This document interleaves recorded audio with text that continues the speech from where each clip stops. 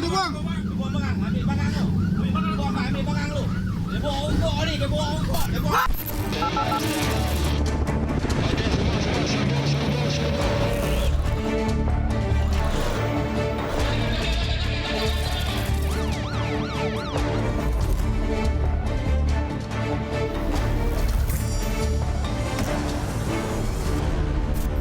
Assalamualaikum dan salam sejahtera. Bertemu lagi dalam 999. Saudara, sempadan perairan negara terus dipantau untuk mengesan sindiket penyeludupan dadah antarabangsa. Antara kejayaan terkini, Agensi Penguasaan Maritim Malaysia menerusi Op Pertiwi rampasan dadah bernilai lebih 106 juta ringgit.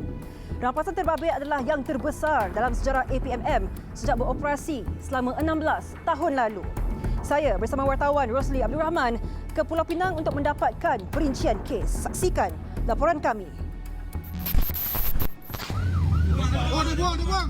Buang barang, ambil barang tu. Ambil barang tu. Dia buang ongkok ni, dia buang ongkok. Dia buang.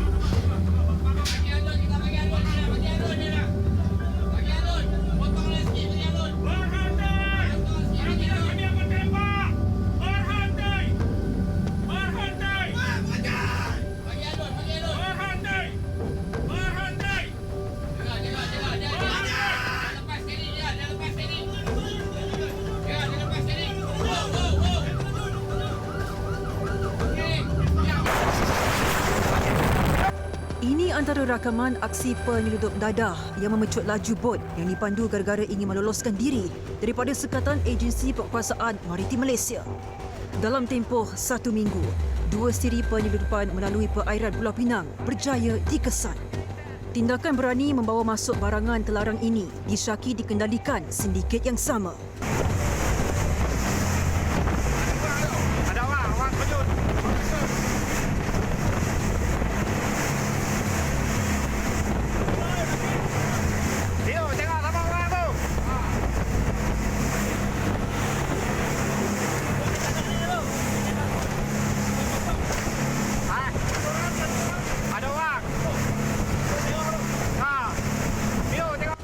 Menurut Ketua Pengarah Maritim Malaysia, Laksamana Maritim Datuk Muhammad Zubil Matsum, menerusi Op Pertiwi yang dijalankan, kehadiran suspek dikesan pada jam 11.55 pagi di 5.3 Batu Nautika Selatan, Pulau Kendi, Pulau Pinang.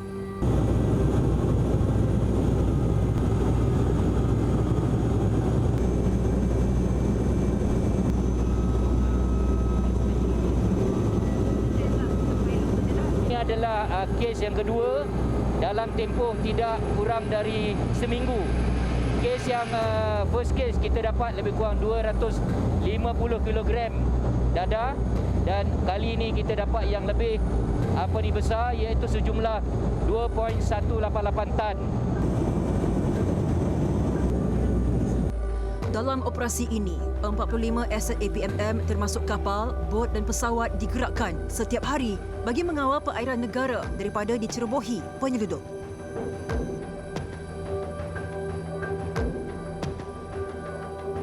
Rintitan itu, pihak APMM berjaya merampas lebih 250 kg dadah jenis syabu dan ekstasi yang dianggarkan bernilai 10.53 juta ringgit ketika tangkapan pertama dilakukan pada awal bulan ini. Kejayaan itu disusuli dengan rampasan metafetamin seberat 2.188 tan dianggarkan bernilai 106 juta ringgit. Rampasan dadah ini adalah yang terbesar dalam tempoh 16 tahun sejak penubuhan APMM. Seorang lelaki warga tempatan berusia 26 tahun menjadi dalang sindiket dengan menggunakan bot rekreasi sebagai pengangkut. Pergerakan menerusi laluan laut juga hanya dilakukan ketika waktu siang. Terlihat semasa kita tahan di sini penuh ni. Di sini penuh, di dalam ni pun penuh dan di belakang sekali. Penuh dengan inilah guni yang dia ni pakai ni. Oh, ni lah guni. Guni dia. Inilah guni dia. Inilah guni dia yang dia letak mat apa tu dalam ni lah. Dia layout kat sini, dia layout kat sana. So I think is kita punya anggota pun saya boleh apa ni katakan cekap lah. Kalau kita lihat, kalau kita nak kejar bot yang apa ni, sebab kita pun tak tahu sama ada dia bawa senjata ke apa kan. So kita kena inilah hati-hati lah. Kita ada SOP lah actually. 1,998 paket teh Cina dan 130 karung guni dijumpai di bot ini bagi mengaburi mata biak kuasa. Kita difahamkan suspek sebenarnya telah melakukan 3 cubaan seluduk masuk dadah. 2 kali terlepas dan kali terakhir ini kecundang. Dan bukan itu saja, suspek sebenarnya kita fahami akan menerima upah sebanyak RM5,000 sehingga RM10,000 setiap transaksi. Dan anda melihat karung guni ini telah pun memenuhi bahagian depan, pertengahan dan belakang bot ini yang dipercayai dipenuhi dengan dadah jenis methamphetamine.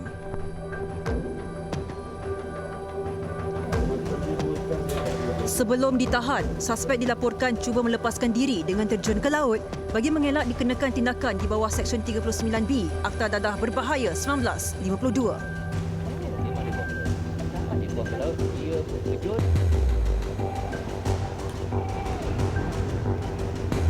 Suspek ini dikategorikan sebagai keldai saja. Dia punya tugas adalah bawa from point A to point B.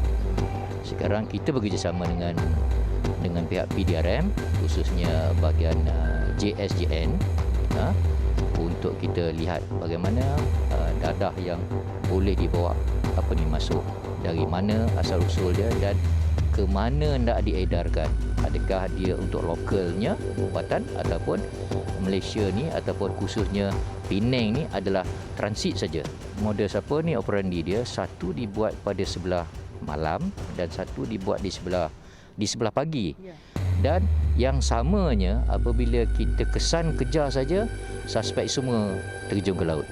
Mungkin untuk menghilangkan bukti, yang itu kita mungkin samalah modus apa ni operandi dia, cuma satu buat di malam dan satu buat pada siang. Dan ada kemungkinan jugalah dia daripada ataupun mastermind yang sama jugalah. Turut disita sebuah bot rekreasi yang digunakan suspek bersama 2 enjin sangkut dianggarkan bernilai RM150,000.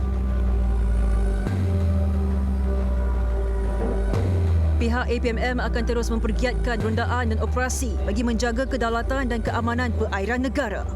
Sofia Nur Solehatun, 999.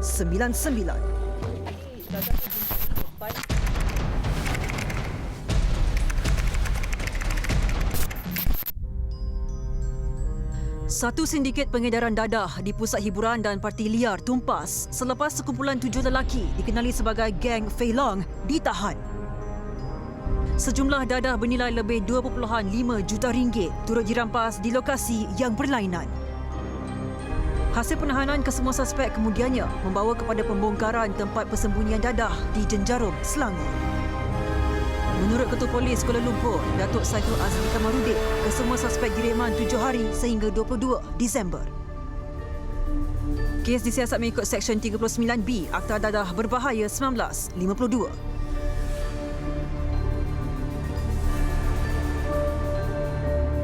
Seorang pendatang asing tanpa izin yang membawa dadah ditangkap ketika menunggu bot untuk pulang ke negara asal bersama 34 parti lain. Mereka ditahan ketika melalui jalan yang tidak diwartakan di Bandar Penawar, Kota Tinggi, Johor, 17 Disember lalu. Tahanan dibuat anggota pasukan Regimen Ketiga, Kor Arma Diraja, menerusi op benteng di pesisir pantai Kampung Sungai Rengit. Menurut Markas Division Infanteri Malaysia, suspek membawa sebanyak 750 gram dadah dipercayai jenis syabu dengan nilai anggaran RM41,000. Pelbagai barangan lain bernilai anggaran lebih RM100,000 turut dirampas. Semua parti ditahan dan dibawa ke Markas Taktikal Tanjung Sepang untuk menjalani pemeriksaan dan saringan COVID-19 sebelum diserahkan kepada pihak imigresen.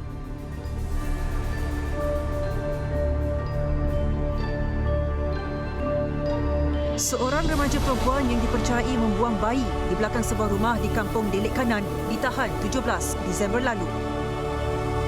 Menurut Ketua Polis Daerah Kelang Selatan, Assistant Commissioner Syamsul Amar Ramli, suspek yang berusia 18 tahun itu ditahan selepas hadir ke Ibu Pejabat Polis untuk memberi keterangan. Bayi perempuan yang masih bertali pusat dan uri ditemui seorang lelaki selepas dimaklumkan sekumpulan kanak-kanak yang bermain di hadapan rumahnya. Kes disiasat mengikut Seksyen 317 Kanun Keseksaan.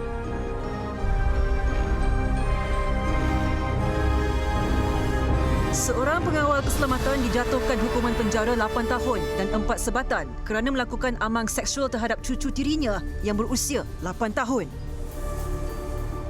Tertuduh mengaku bersalah terhadap 2 pertuduhan mengikut Seksyen 377 Kanun Keseksaan dan Seksyen 14(A) Akta Kesalahan-Kesalahan Seksual terhadap Kanak-kanak 2017. Kedua-dua pertuduhan dilakukan pada waktu dan tempat yang berbeza. Hukuman penjara berjalan secara berasingan bermula dari tarikh tangkapan 7 November lalu. Selain penjara, tertuduh diarahkan berada dalam pengawasan polis selama 2 tahun sebaik selesai menjalani hukuman.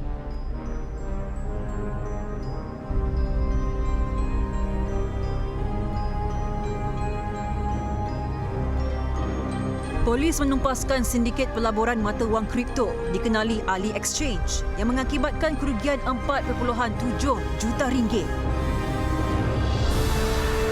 Polis berjaya menahan 9 individu termasuk dalang utama sindiket. Pelbagai barangan turut dirampas termasuk 11 telefon bimbit, 20 kad ATM, 2 kad kredit, 4 gadget tablet, 5 komputer riba dan 5 kereta mewah. Nilai rampasan dianggarkan bernilai lebih 2 juta ringgit. Kes kini disiasat mengikut Akta Pengubahan Wang Haram dan Seksyen 420 Kanun Keseksaan kerana menipu. Seorang paderi warga Korea Selatan dihadapkan ke mahkamah atas 2 pertuduhan mencabul kehormatan 2 lelaki golongan kurang upaya pada tahun 2013 dan 2017. Suspek didakwa menggunakan kekerasan jenayah terhadap mangsa. Tertuduh dibenarkan ikat jamin sebanyak RM10,000 bagi kedua-dua pertuduhan dengan 2 orang penjamin. Mahkamah menetapkan 18 Januari bagi tarikh sebutan semula kes. Itu rasa entertain ke? Oh, entertain lah. Dia entertain customer lah. Dah lama lah duduk dekat sini.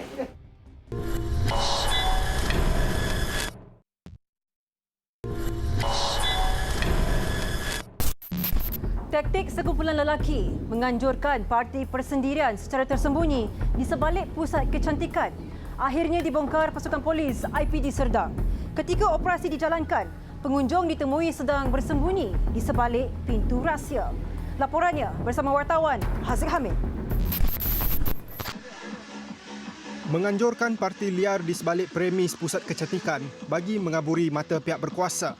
Itu tindakan sekumpulan lelaki ketika Perintah Kawalan Pergerakan Bersyarat PKPB masih berkuat kuasa di Selangor. Namun taktik mereka berjaya dikesan pihak berkuasa apabila pusat kecantikan di Seri Kembangan Selangor ini diserbu pihak polis. Intipan selama 5 jam dijalankan pasukan dari Ibu Pejabat Polis Daerah Serdang sebelum diserbu sekitar jam 11.30 malam.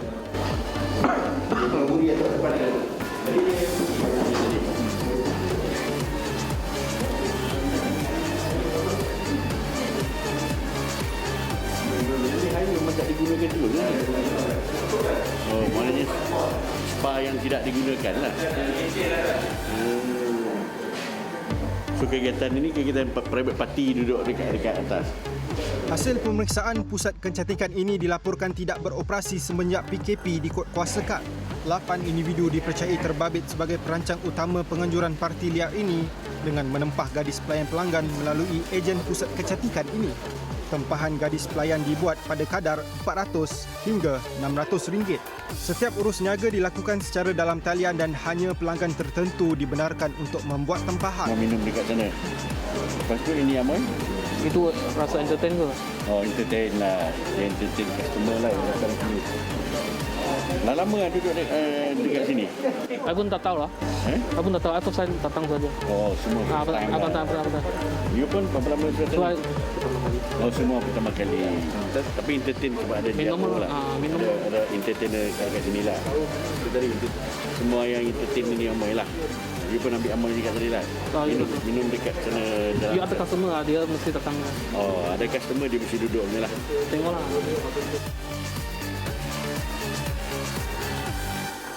Tuan, mungkin boleh menjelaskan sikit modus operandi bagi pelanggan termasuk gadis JRO untuk melarikan diri?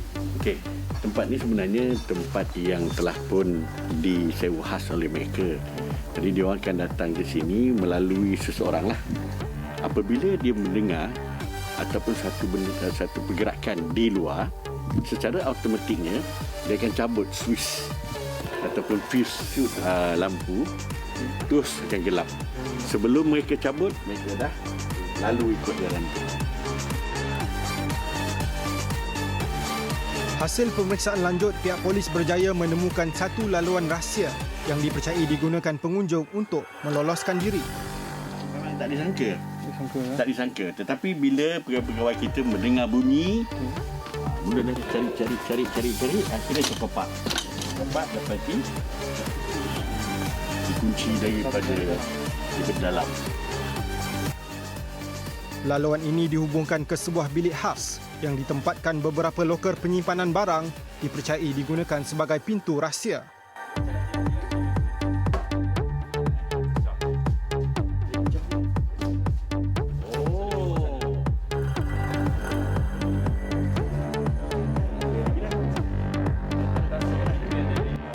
Mereka telah pun melarikan diri di bawah tangga tersebut.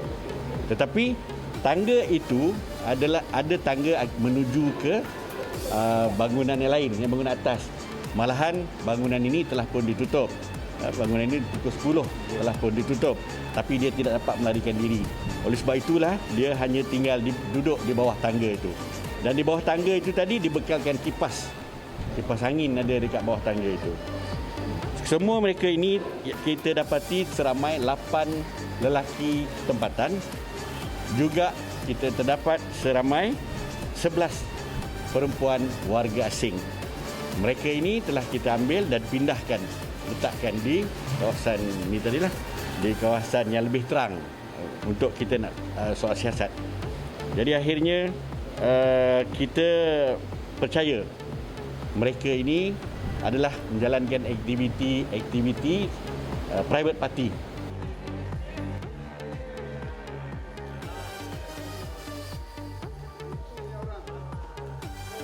Kes disiasat mengikut Akta Immigration 1999 Palang 63.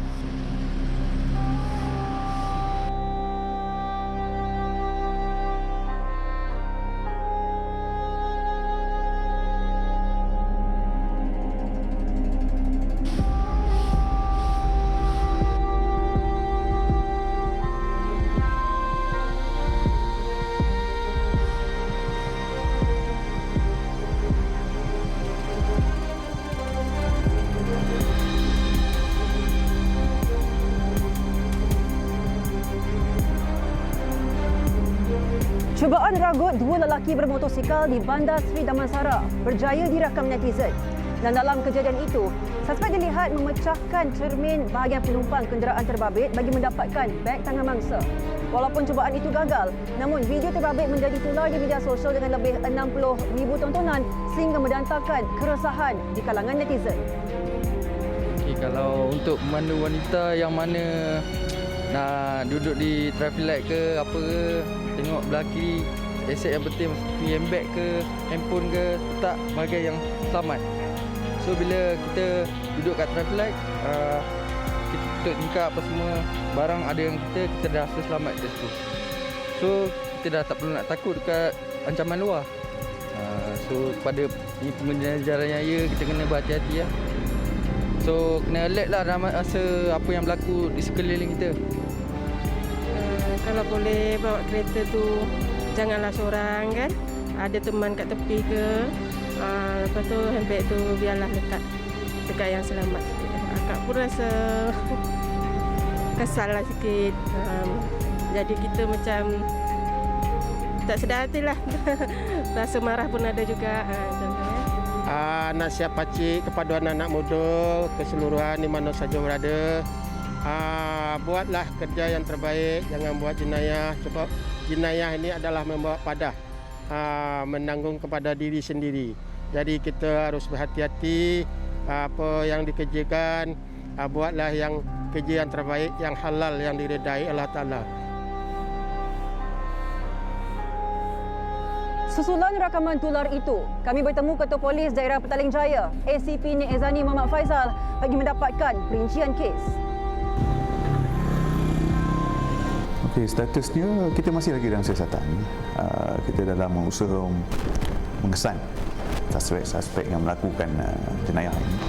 Dan betul, mangsa ada tampil membuat report dan ada bagi kerjasama yang sebaiknya. So, kita masih lagi lah dalam usaha mengesan. Kes kita klasifikasi bawah Seksyen 393 Kanun Keseksaan itu cuba merompak lah. Sabit kesalahan boleh dikenakan hukuman penjara sampai 7 tahun ataupun denda. Saya nasihatkan kepada orang ramai lah, tak kira lah lelaki atau perempuan, elakkan daripada meletak barang-barang berharga seperti handbag ataupun beg kerja dan sebagainya di atas kursi. Tak kira lah seat belakang ataupun kebanyakannya saya tengok kebanyakan kesnya letakkan handbag ni di seat hadapan, seat penumpang bahagian hadapan. Dekat situlah cermin dipecahkan dan mereka akan cuba. Okey, seeloknya letakkanlah di atas lantai kereta. Kalau boleh nak elok letak dalam boot lah. Tapi itu mungkin inconvenience dan sebagainya. Tak apa, kita tak selesa sikit tapi selamat. Itu yang saya nasihatkan lah. Dua suspek utama kes ini masih diburu dan pihak polis menyuruh orang ramai yang mempunyai sebarang maklumat untuk tampil membantu siasatan. Di sini, you buka berapa tahun dah? Alah, 10 tahun, 20 tahun dah lah. 20 tahun? Oh, sudah lama. Dulu tak nak akan sini ya. Yalah, 20 tahun.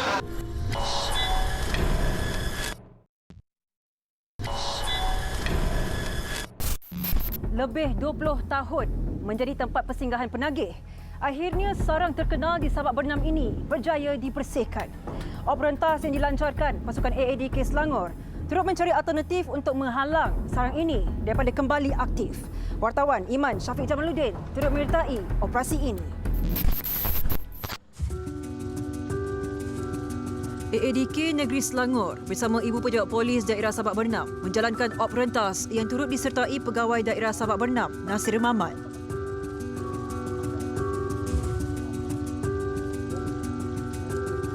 Tujuan operasi bagi menjalankan lawatan susulan di kawasan Port Dadah yang telah dibersihkan pada 2 Februari yang lalu. Dah dekat 15 tahun yang lalu, 15 tahun dulu. Jadi sentiasa adalah menjadi sarang yang utama lah di Sabak Bernam ni. Khususnya di bahagian Sungai Besar ni. Tempat ni dipanggil Port Dadah Jalan 1, bahagian Sungai Besar. Ni Jalan 1.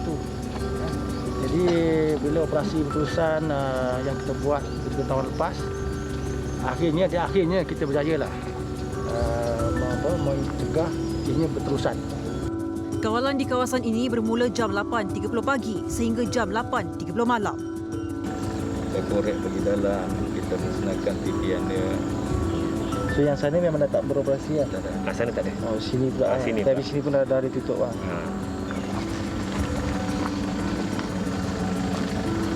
Ini berapa orang berkawal? Ini satu masa 5 orang. Setiap masa 5 orang anggota. Jadi pelbagai jabatan lah. Jadi dia luar sini. Kita kontik dengan orang lain. Oh, mana? Dia orang akan duduk di sini lah. Satu yang lalu ni yang kita tanya lah. Ada yang rekod juga, ada dia ambil gambar. Pihak IPD terdiri pada anggota jenayah, narkotik dan MPB kena buat pemantauan. Macam jenayah dia adalah bagian yurisdiksi, dia akan standby. So ada yang mencurigakan dia akan tahan dan periksa. Kalau perlu ni kita tangkap, bawa balik urin. Itulah. So memang kurang lah. Sekarang ni kalau ikut pemerintah aktif adalah tempat ni semenjak disediakan hari itu. Tak ada.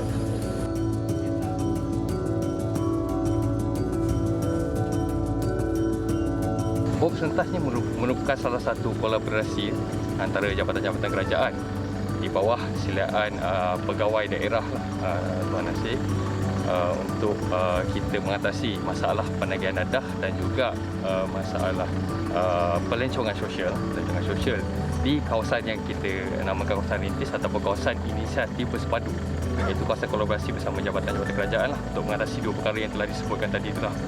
Statistik menunjukkan pihak AADK telah menjalankan 98 program bersama pihak berkuasa yang lain dan berjaya menahan 76 penagih di kawasan ini sepanjang tahun 2020.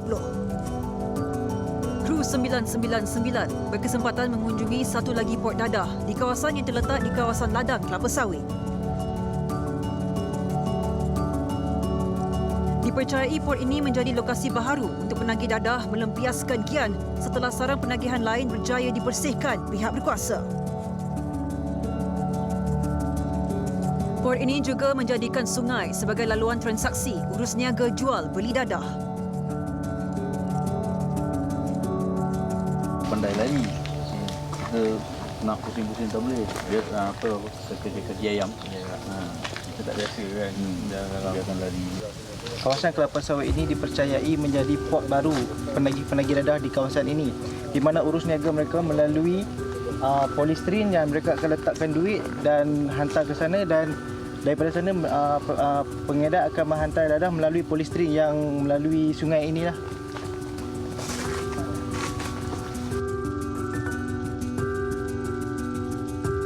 Bungkusan dadah Luxinar turut ditemui di kawasan ini. Sepanjang benteng lah digunakan oleh kawasan yang terlindung untuk transaksi melalui daripada sana lah. Jadi kita tokan tinggal dalam kawasan Paya Bakau, transaksi di tepi benteng lah, antara seberang benteng. Dan bila dia dapat barang terlarang tu, dia kisah lah sebanyak-banyaknya, dia akan melindung lah kat mana-mana.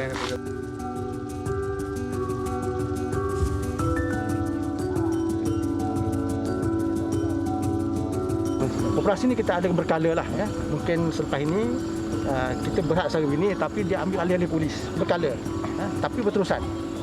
Saya difahamkan di ADK mereka tak akan lepas pandang. Setiap masa ada polis begitu, cuma di kalangan agensi kerajaan terhad lah, katakan kami di daerah JPA terhad, kan kita ada tugas lain, tapi mereka sentiasa ada. Jadi kita sebelum-belumnya kita tak mengelakkan supaya kawasan ini dah diisytiharkan bebas daripada port 15 tahun. Ulang kembali sebagai port yang besar. Yang antara itu besar ni. Dikena pasti oleh kerajaan. Jadi kita alhamdulillah lah kita dah dapat kurangkan, reducekan ini dan kita kawal sebaik-baiknya lah. Pihak ADK Negeri Selangor memandang serius isu penagihan dadah di negeri ini dan akan terus melancarkan operasi di kawasan yang berkenaan secara berkala.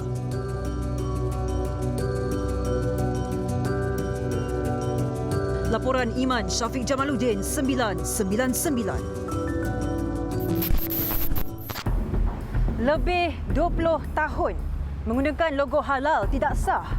Kegiatan itu dibongkar pasukan penguasaan Jabatan Kesihatan Negeri Pulau Pinang yang menjalankan serbuan ke atas sebuah kilang memproses kicap dan cuka. Malah, pemilik itu turut beroperasi secara tersembunyi di kawasan perumahan. Saksikan laporan ini.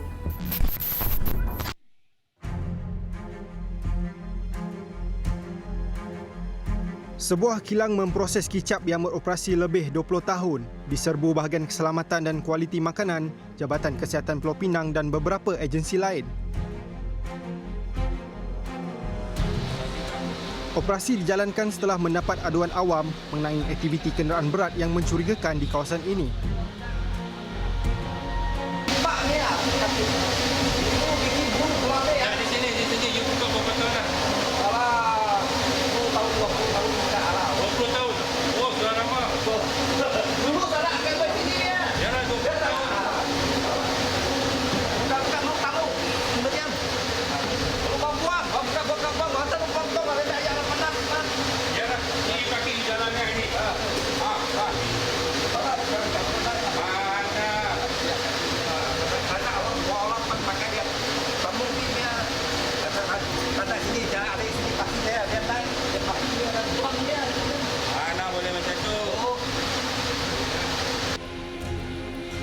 Premis ini dipercayai menjadi tempat pemprosesan dan pembungkusan semula bahan masakan seperti kicap dan cuka. Peralatan seperti botol dan kotak yang disyaki digunakan untuk proses pembungkusan ditemui di bahagian belakang premis. Sijil halal yang digunakan oleh kilang ini turut diragui pihak berkuasa setelah pemilik kilang gagal mempamerkan dokumen yang sah. Minta you punya kelulusan ini sijil halal, sijil mesti. Ada you punya surat kelulusan? Itu tak tahu. Tak ada, macam mana you boleh letak? Tak tahu tu macam mana boleh tak tahu. Ini halal, ini mesti. Ada label cuka. Tengok boleh. Tak lah. Habis tu. Tak lah. Biar lah. Sini lah. Sini concern. Concern sini punya kan? Ada label dah. Concern tak ada tu concern dah. Tak, label dah lagi mana? Apa label? Ni, stiker. Mak itu dah. Ada lagi tak? Tak lah. Habis dah? Habis dah. Ada satu ni untuk satu botol dah. Satu botol saja.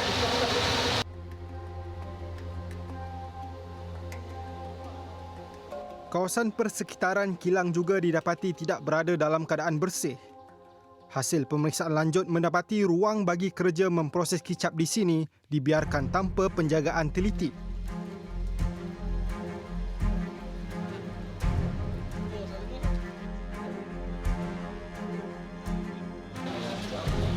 Alatan yang digunakan juga berada dalam keadaan yang tidak bersih, yang secara tidak langsung mengundang risiko pencemaran makhluk perosak.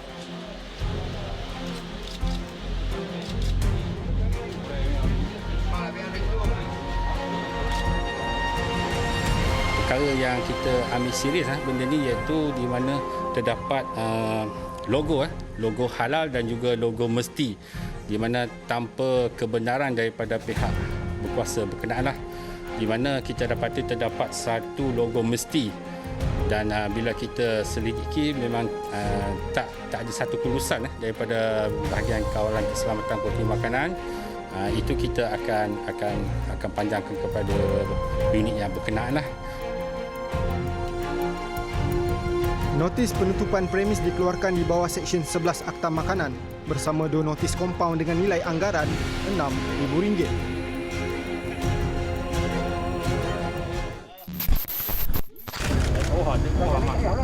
Iaitu perlindungan hantar 2 kali anggota tinjauan rapat.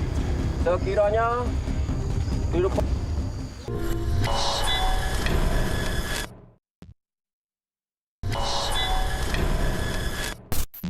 Kawalan sempadan negara terus diperkukuhkan di rantau panjang Kelantan.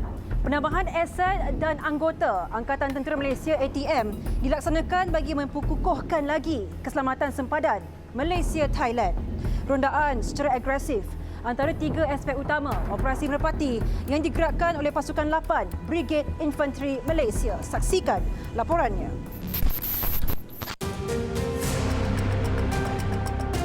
Angkatan Tentera Malaysia ATM meningkatkan kesiapsiagaan dengan melaksanakan rondaan secara agresif di kawasan panas sempadan Malaysia-Thailand di Kelantan. 2 kumpulan pelatun tambahan dari kamp Pekalan Cepa turut membantu operasi semasa keadaan kecemasan atau sekiranya berlaku sebarang situasi kontingensi.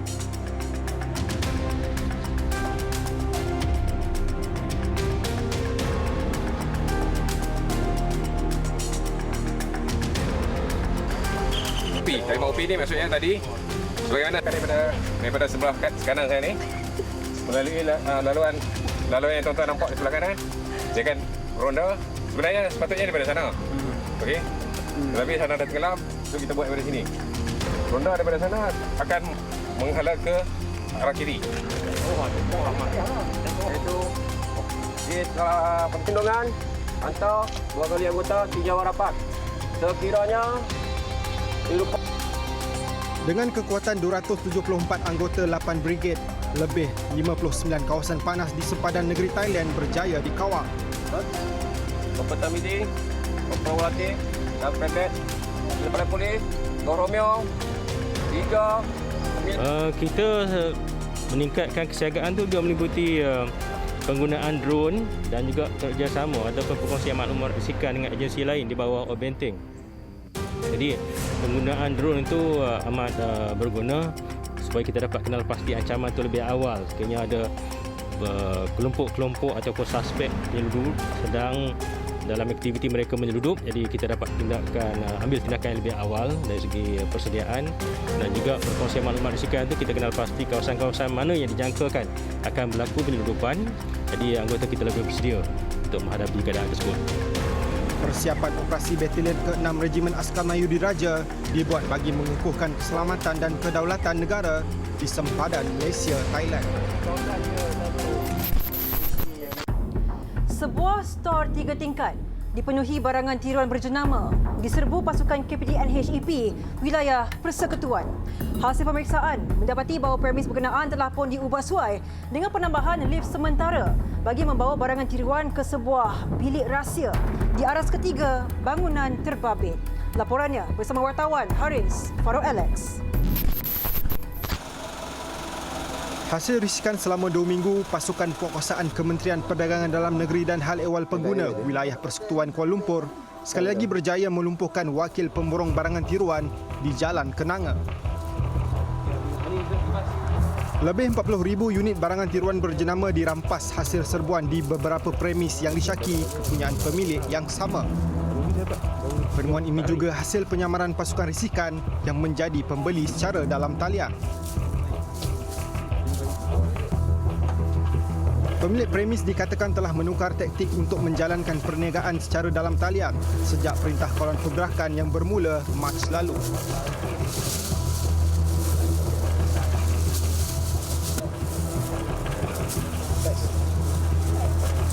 Tagging ada tak yang memastikan benda tu original? Ada nombor siri tu. Ada nombor siri semua.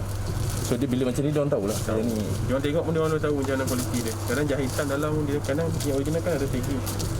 Plastik dalam kan. Tagging tepi yang betul. Semua tu. Itu memang ada. Dia tengok pun dia mana tahu. Buat kualiti dia. Serbuan jam 10 pagi yang digerakkan sepasukan pegawai KPDN HEP dan wakil cap dagang membabitkan 10 stor dan 3 premis pemborong. Hasil pemeriksaan mendapati setiap premis dikesan memiliki barangan yang disyaki tiruan. Bagi memudahkan urusan penyimpanan di aras berlainan, pemilik dipercayai telah mengubah suai premis dengan membuat penambahan lift sementara. Maksudnya untuk angkat barang dia orang je lah ni.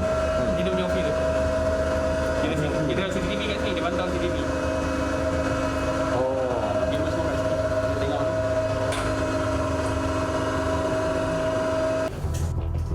Difahamkan lift yang digerakkan menggunakan motor yang disangkut di bahagian siling ini turut menjadi laluan utama ke pejabat pengurusan.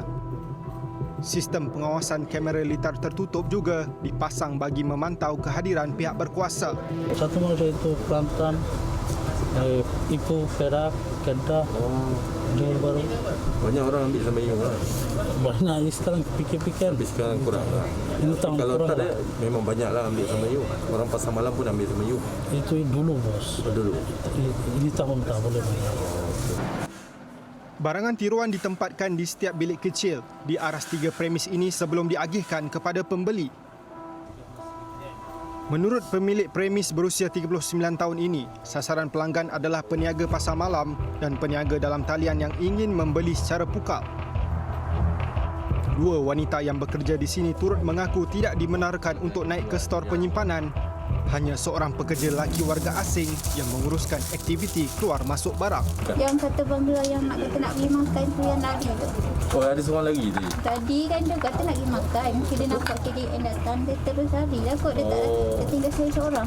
Oh, dia lah. Dia orang yang jaga sini? Dia jaga sini. Orang tuan kedai tu bagi duit kat dia, dia yang bayar saya. Cashier, pasal customer bayar duit ke, ambil baju semua dia yang buat. Semua cashier semua, saya cuma sekat depan, ngasih customer kat dalam. Jumlah keseluruhan rampasan dianggar bernilai 1.8 juta ringgit dan dicatatkan sebagai rampasan terbesar KPDN HEP wilayah Persekutuan Kuala Lumpur tahun ini. Hasil siasatan awal kita mendapati dia telah beroperasi lebih kurang setahun.